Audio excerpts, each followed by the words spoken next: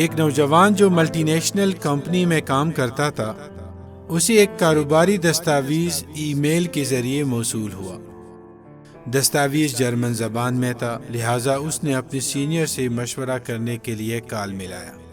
Senior نے شیخ صاحب کے پاس جانے کا مشورہ دیا کہ ان کے اہم دستاویز کے آن لائن ٹرانسلیشن پر اعتبار نہیں کیا جا سکتا۔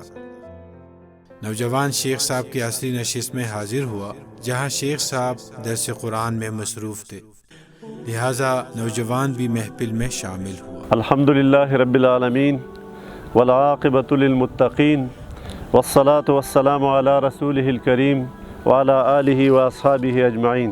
اعوذ باللہ من الشیطان الرجیم، بسم اللہ الرحمن الرحیم۔ طٰہٰ ما انزلنا علیک القرآن لتشقی، صدق اللہ العظیم۔ برادران اسلام، دنیا میں اس وقت مسلمان ہی وہ خوش قسمت لوگ ہیں جن کے پاس اللہ کا کلام بالکل محفوظ، تمام تحریفات سے پاک، ٹھیک انہی الفاظ میں موجود ہے جن الفاظ میں وہ اللہ کے رسول برحق پر اترا تھا۔ اور دنیا میں اس وقت مسلمان ہی وہ بدقسمت لوگ ہیں جو اپنے پاس اللہ کا کلام رکھتے ہیں اور پھر بھی اس کی برکتوں اور بے حساب نعمتوں سے محروم ہے۔ آپ کے پاس اگر کوئی خط ایسی زبان میں آتا ہے جسے آپ نہیں جانتے تو آپ دوڑے ہوئے جاتے ہیں کہ اس زبان کے جاننے والے سے اس کا مطلب پوچھیں۔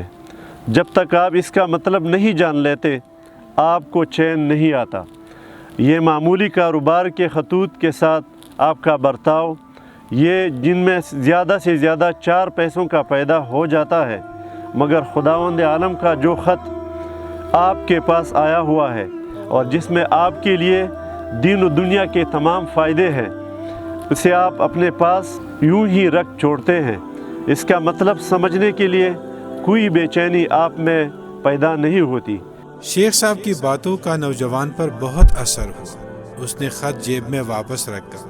اسے احساس ہوا کہ معمولی کاروباری خط کے ساتھ اس کا برتاؤ یہ ہے کہ دفتر چھوڑ کر شیخ صاحب کے پاس پڑھنے چلا آیا، لیکن خداوند عالم کا خط یعنی قرآن شریف سلیس اردو ترجمے اور تفسیر میں موجود ہونے کے باوجود بھی نہ پڑھ سکا۔